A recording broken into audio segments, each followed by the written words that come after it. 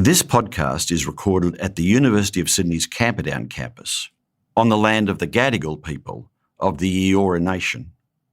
They've been discovering and sharing knowledge here for tens of thousands of years. I pay my respects to elders past and present, and extend that respect to all Aboriginal and Torres Strait Islander people.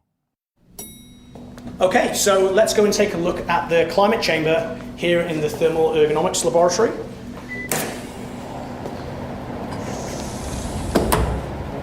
So what you'll see is that the walls of the chamber are really thick. So that's on the door, and the door is about 3 inches thick and has high levels of insulation to ensure that the heat that we're generating inside of the chamber doesn't leak too much out.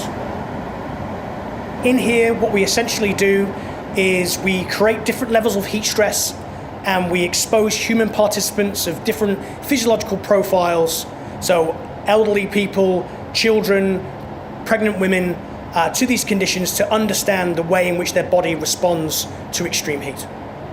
Okay, so our participant, this is Jem. So Jem, would you like to hop onto the treadmill? Yep.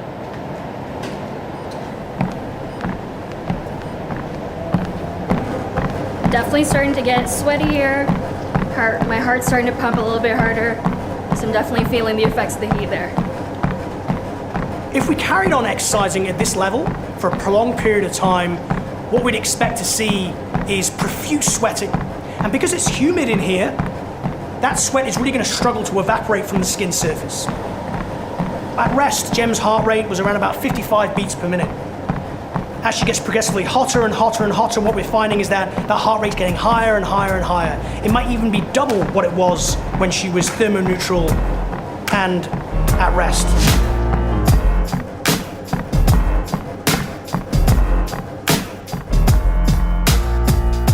No matter where we are, our hottest days are getting even hotter. After watching record streaks of high temperatures wreak havoc in the Northern Hemisphere, it's easy to feel slightly nervous about the summers that lie ahead of us. And predictions of enormous pressure on the power grid mean we'll need to find ways to cope beyond air conditioning. I'm Mark Scott, the Vice-Chancellor and President of the University of Sydney, and this is The Solutionists. And I can't tell you how thankful I am that there are brilliant people working on smarter ways to cool us down, like Ollie Jay.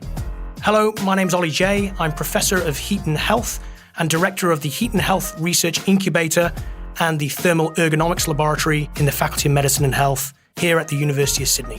That's a mouthful, but he's the world's most famous heat guy. Ollie and his colleagues are road testing the human body under heat stress. They want to prepare us to survive the heat that's coming while helping mitigate climate change. Ollie, just how deadly is extreme heat? If we look at a variety of different natural disasters, every time and time again, we see that heat waves are responsible for more deaths than every other natural disaster, often combined. Now, of course, it's not a competition, but I think what it speaks to is the perilous nature of extreme heat. Why don't we think of heat waves being as deadly as that? Why do we think of other examples of natural disasters as being far more destructive than heat waves? I think the issue is that they're not visually dramatic events. So if we think of tsunamis with big waves crashing in, it makes compelling television images, cracks opening up in the ground when you have an earthquake. On a day of a heat wave, it will look very much like it does today. It's 20 degrees Celsius outside today. But visually, it'll look exactly the same if it's 45 degrees Celsius. And the people that are dying during heat waves are doing so predominantly outside of the gaze of the public. They're dying home, alone, isolated, often in circumstances that they won't be found for days and days later. So I think that probably contributes to people's tendency to maybe not think that heat is as dangerous as it actually is. We've seen the heat waves over the Northern Hemisphere summer, and it's had a very ominous feel to it. What will heat waves of the future be like, do you think? The types of heat waves that we'll see in the future in terms of their intensity, how long they last, how frequently they will occur, is really dependent on the carbon emission pathways that we commit to going into the future. But what we do know is that over the next 30 years or so, we're already committed to a certain level of global warming. If we were to stop burning fossil fuels today, the climate is going to continue to warm for the next few decades. And therefore, we've got to find a way to adapt to that warmer future and hopefully thrive. And if we just look at weather, to what extent is it raw heat? Is it heat and humidity, heat, humidity and wind? What's the pattern we're seeing and going to be seeing? So typically the way in which we characterize heat through the media and things like that and weather reports is people get really focused on temperature. And first of all, most people don't realize that temperature is actually measured in the shade. So temperature is one of 4 environmental parameters that define your heat stress risk. So how hot the human body is going to get. So you've got temperature in the shade, you've got the concurrent humidity, and humidity is important because it impacts the way in which sweat evaporates. And that's our only physiological means of cooling when it gets above 35 degrees Celsius.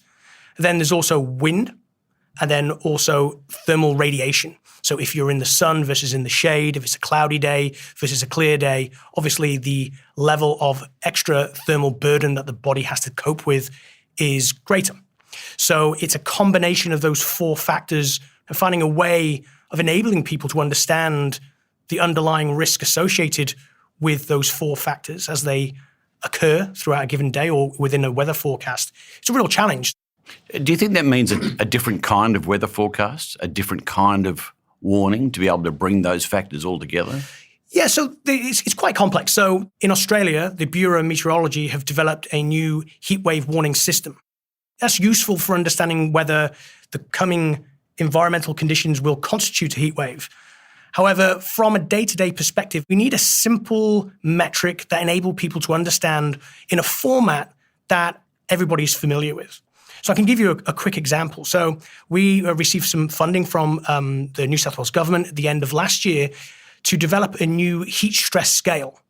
And this is leveraging some work that we've done before in the sporting domain, most notably with Tennis Australia for the Australian Open, is where we're drawing from freely available weather information, so temperature, humidity, how cloudy it is, how windy it is, and also giving people an opportunity to provide some information in terms of what they're doing, what they're wearing. And we know where they live because there'll be GPS on a phone. It's embedded in an app. And then it will give people personalized risk scale. And it will be simply on a range, on a number from 1 to 5. And then as the heat stress risk exceeds certain thresholds, it then gives us an opportunity to then push heat stress mitigation actions that are based on scientific evidence to try to reduce the risk associated with this increasing heat exposure.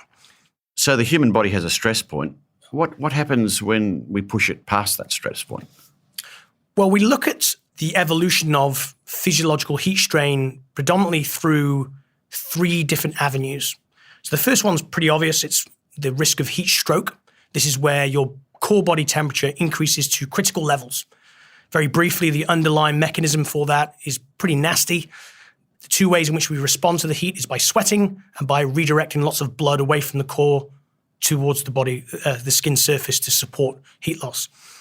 By doing that, what we're doing is restricting the flow of blood to our gut and the delivery of oxygen to the endothelial lining of our gut or endothelial cells of our gut. When that's coupled with high local tissue temperatures, such as 40, 41 degrees Celsius, the endothelial barrier, so the lining of the gut, if you will, we have these junctions, and they stay really shut when you're cool and well. But when you get really hot and you have this reduction of oxygen delivery to the gut, those junctions start to loosen up. And then endotoxins that reside, typically inside the gut, start leaking out. They enter the circulation. So you kind of poison yourself in a sense. You kind of poison yourself. You have a sepsis response that occurs, leads to mass coagulation, so blood clotting around the body, multiple organ failure, and then death.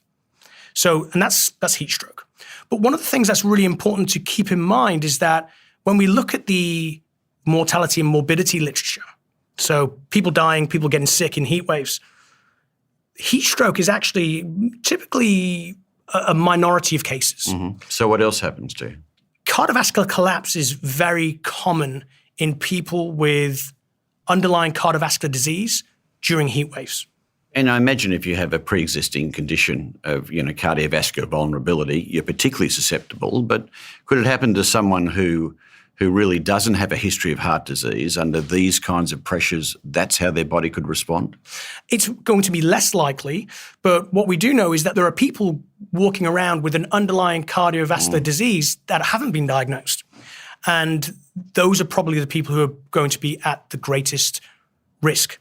The third way is through dehydration. So the other way in which we protect body temperature is through secreting sweat. If we don't adequately replenish those lost body fluids, then we'll get a fluid deficit, and then that will reduce our blood volume. That aggravates those other two problems. It will increase the rate at which we heat up. It'll also increase the cardiovascular strain that occurs inside the body when our skin is getting hot, but it also places a lot of stress on the kidneys as well. So that's one of the reasons we think that there's a high prevalence of kidney failure as well during extreme heat events, particularly in people who have underlying renal disease. So we're simulating a heat wave, and our participant is ready to go in. So let's take a look at some of the cooling strategies that we test. This is what you get from doing a PhD in my laboratory. Grant is filling up a bucket with a compound which is made of hydrogen and oxygen, I believe.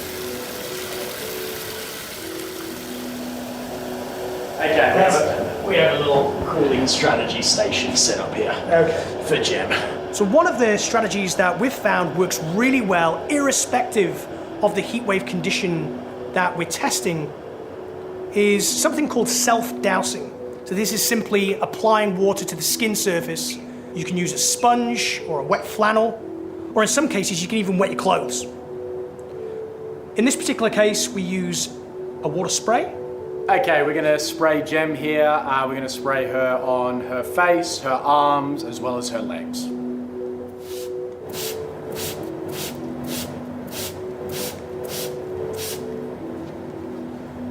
So Jem, how are you feeling after that? Much more refreshed. Thank you.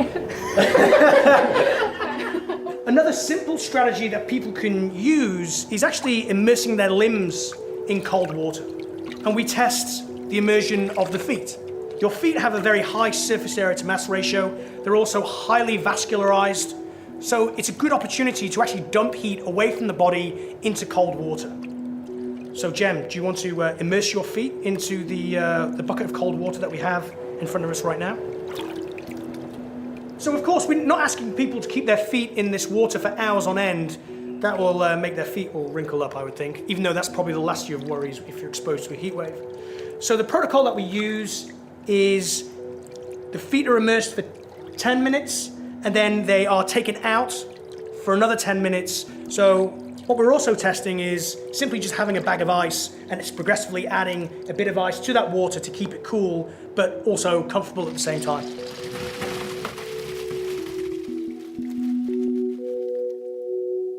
You're not just talking about studying the impact of stress on the body, you're talking about what we can do to combat it. We've seen what we've seen elsewhere in the world. We've experienced some of this in Australia. Can you take me through the approaches that you're working on now to help us combat the impact of heat on human bodies? We're trying to identify what the optimal low-resource cooling strategies are for the most physiologically vulnerable people. So within the Heat and Health Research Incubator, nested within that, we have a laboratory, the Thermal Ergonomics Laboratory, and that houses a state-of-the-art climate chamber. And within that climate chamber, we can simulate heat waves of the past, heat waves of the present, heat waves of the future. So as long as we know what the temperature and the concurrent humidity of those events were, we can also simulate solar radiation with these lamps. We can moderate airflow in there as well to recreate these conditions. And then we recruit and expose under careful clinical guidance, of course. They know what they're getting themselves in for, right? Right, yeah. Hell on earth in Ollie Jay's lab. That's right. But we also carefully monitor them throughout as well, of course. And so we expose elderly participants, potentially people with coronary artery disease, to these simulated heatwave exposures.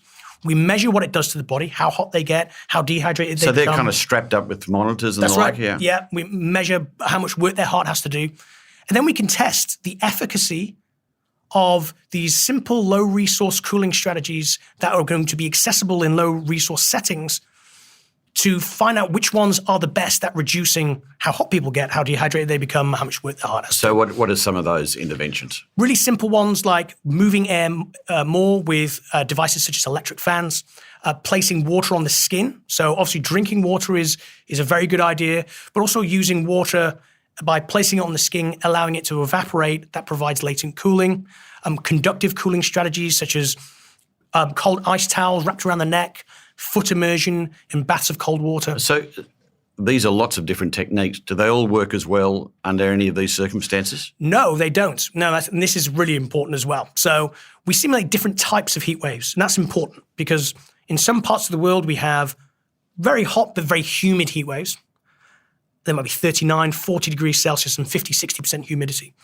In other parts of the world, it could be very, very hot, 45, 46 degrees Celsius, maybe even higher, but typically that's accompanied by low humidity. Now, to give you an example of why this is a really important factor to differentiate is that if we use the example of electric fans, what we find is that in hot, humid heat waves, fans are very effective at cooling people. They allow sweat that otherwise wouldn't evaporate, that just sits on the skin. It helps it evaporate and cool the body. In very dry heat waves, what's happening is that all of that sweat evaporates anyway. Plus, we're adding extra heat to the body because the temperature of the air is hotter than the body, so you're forcing extra heat into the body.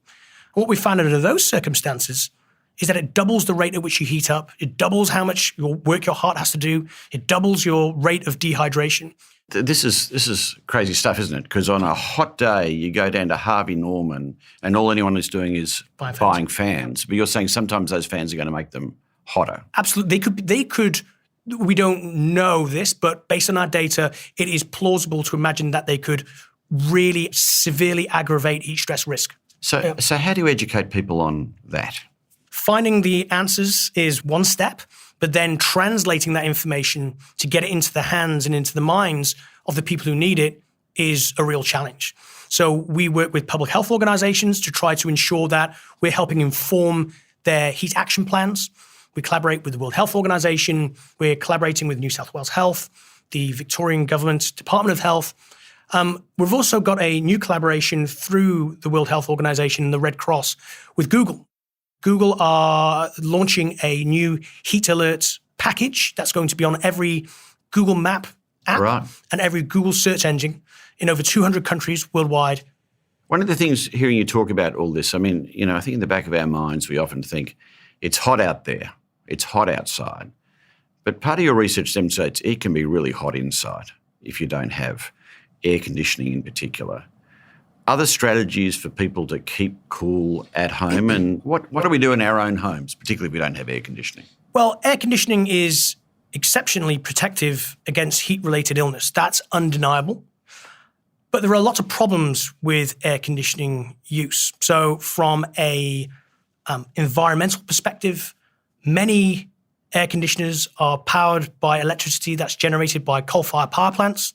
So the more electricity that we use because we're using our air conditioners more to adapt to a hotter planet, that's going to aggravate climate change in the future because those fossil fuel power stations are going to be belching out more CO2.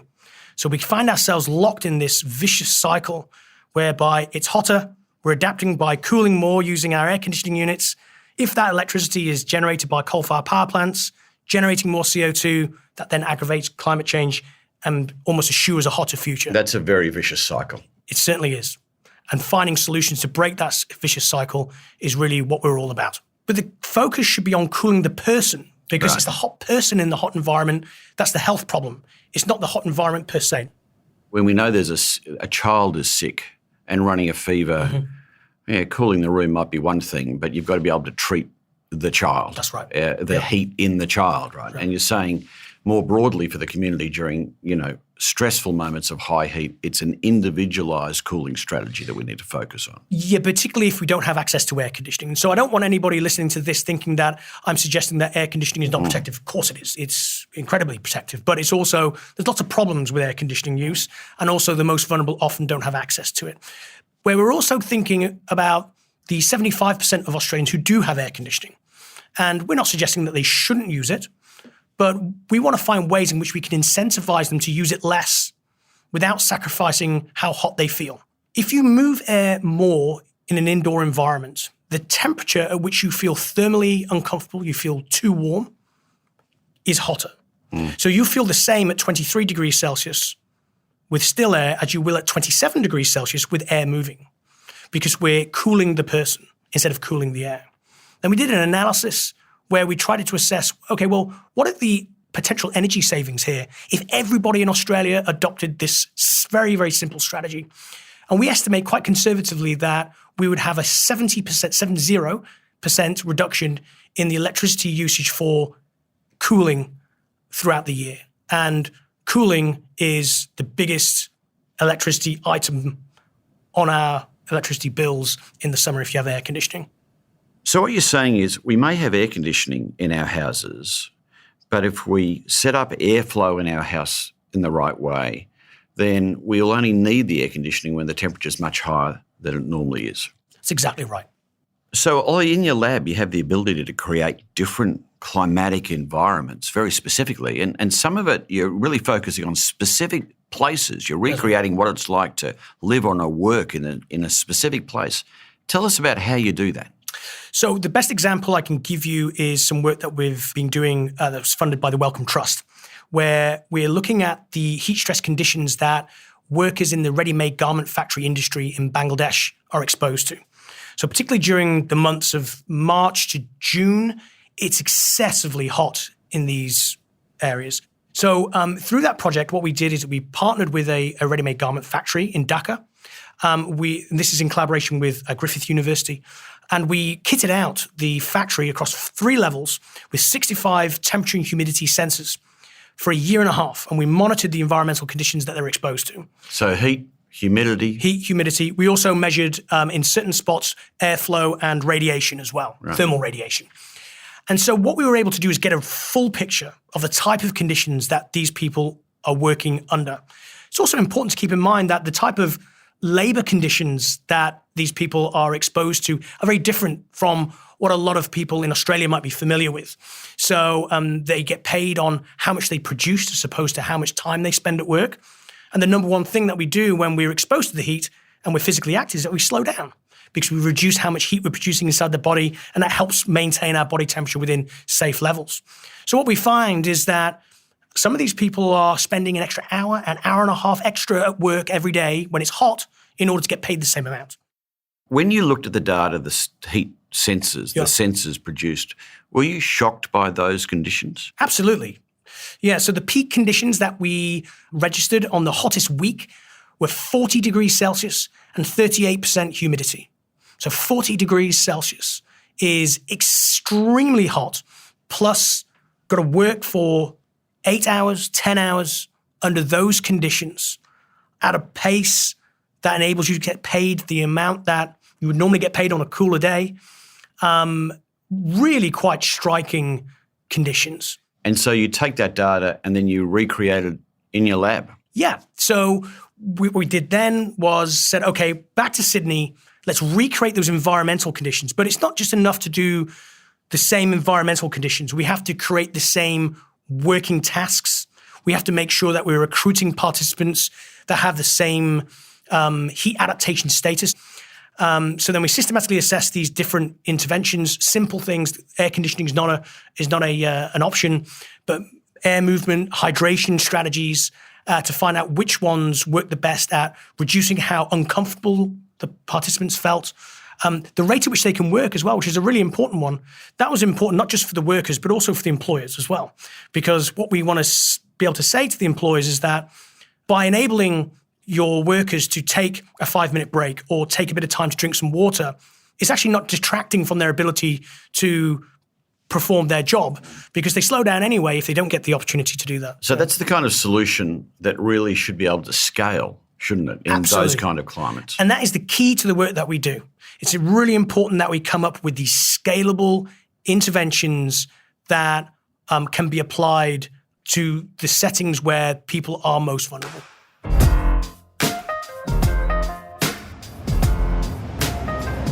So in terms of the peak temperature that we can achieve inside this chamber, right now we can achieve 55 degrees Celsius without any problem whatsoever.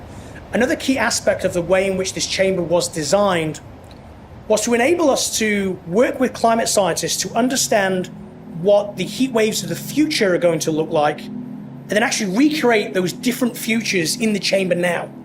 Expose human participants to those different versions of the future and demonstrate what impact those different heat waves are going to have on people. There's this model that has been socialized quite widely over the last 10 years, which predicts the future limits of human survivability with climate change. And the metric that's been used to express this limit of future habitability is something called a wet bulb temperature. So on the right-hand side of the main window, we have the main control box of the chamber itself. And right now, I'm going to turn up the temperature to 54 degrees Celsius and 26% humidity. The reason that we've chosen those particular conditions is that it's one of those magic temperature humidity combinations that generates that 35 degrees Celsius wet bulb temperature. So if we exceed this 35 degrees Celsius wet bulb temperature condition in the future, it will be impossible for humans to keep physiologically cool, and we would all die of heat stroke within 6 hours. This research is really important because one thing that we do know is that extreme heat can be and is deadly. It's responsible for more deaths than all natural disasters combined. Now, it's not a competition, but I think it's really important that people understand how dangerous extreme heat can be. We know that days that used to be considered extremely hot back then are going to be the new normal by the start of the next decade. So we need to be prepared for coping with the inevitable warming that's coming. I think it's interesting. I think everyone's looked at what's happened around the world and think, this feels strange. We are in an unprecedented place. What do we know about heat waves of the future? What's coming at us? What can you see that we're going to have to stare down? We know that the severity, frequency, and duration of heat waves of the future are going to be dependent on the choices that we make now and going into the future. We will need to learn how to adapt to a warmer future over at least the next 30 years. The legacy of human activity to date is baked in a certain amount of warming in the climate system. And even if we stopped burning fossil fuels today, that is still going to happen. But it's making sure that the adaptation strategies that we use in the near future to ensure that we not just survive but thrive in that warmer future doesn't aggravate the problem further down the line. And that's a real key component of the work that we do right now. There used to be an old joke, everybody talks about the weather, nobody ever does anything about it, But when it comes to climate, why hasn't there been more meaningful climate action? I mean, the science has been staring us in the face for decades now. What do you put it down to? Well, I think that there's a certain amount of fatigue in the way in which the debate has been highly politicized. I think that is a little problematic. And I think it's just fine. People generally are quite reasonable, I think. And I think it's just finding a way to help people understand what the true consequences are. One idea that we do have came from when I went to the Rugby World Cup in Japan in 2019. I went to a game in Kobe, and I was a little early, so I thought I'll just go to the Earthquake Museum. And it struck me that when I was there is that it was very compelling. By the end of it, you really felt viscerally what the impacts of these earthquakes had on the residents of Kobe in the past. And then you look at the statistics of the amount of people that were impacted from deaths and morbidity. And again, it's not a competition, of course, but what struck me is that the amount of people that die from heat waves is far greater number relative to earthquakes.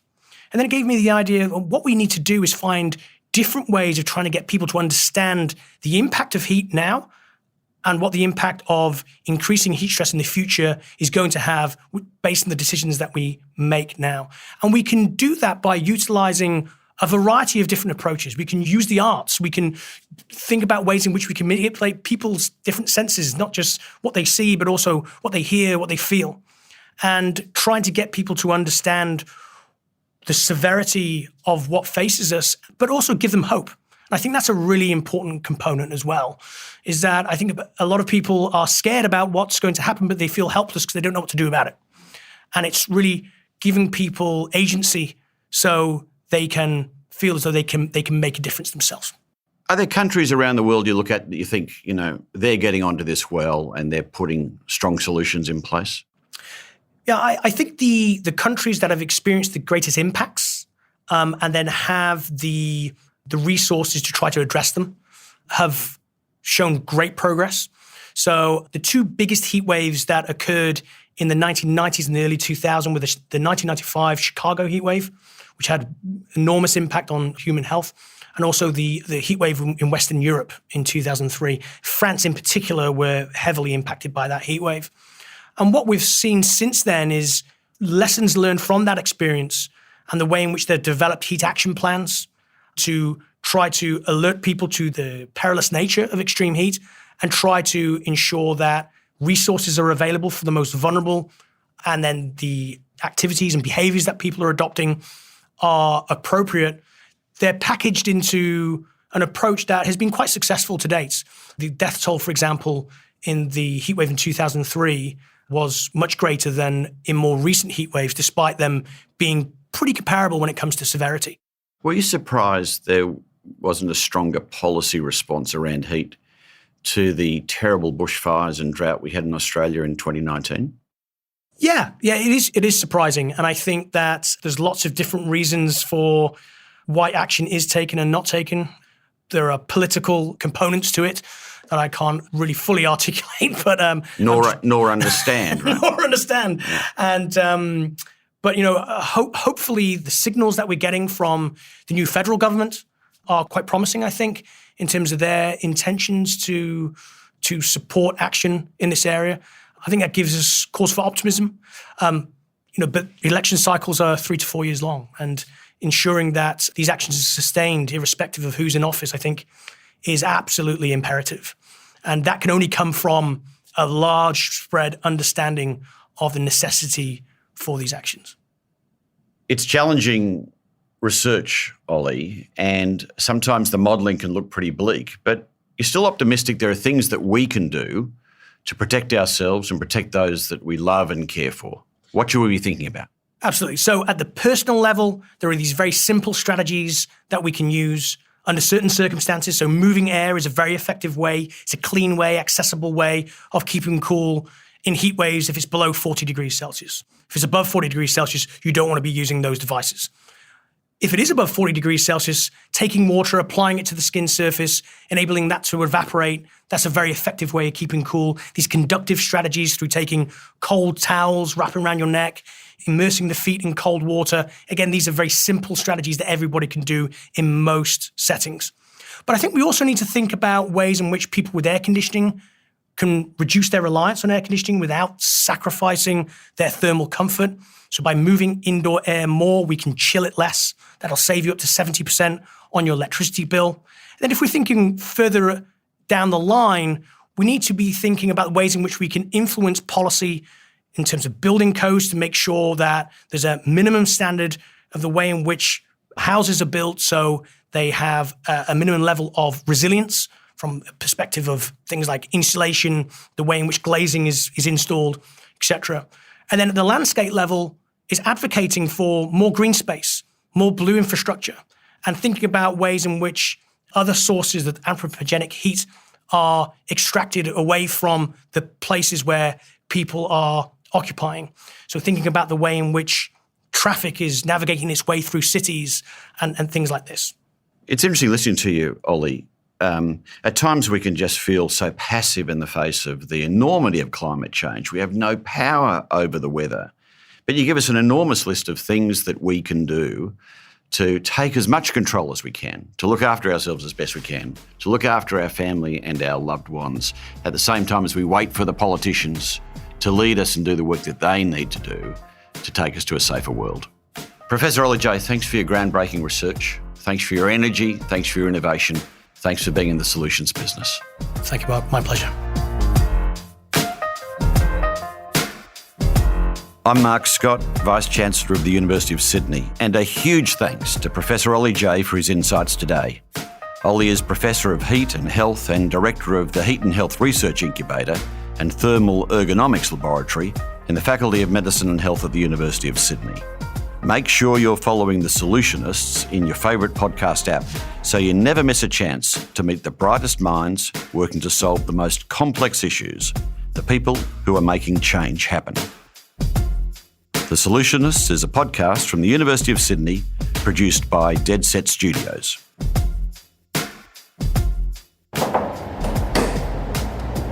Is it hot in there, Harry? Yes. Oh, that's nothing. That is nothing. Oh, that's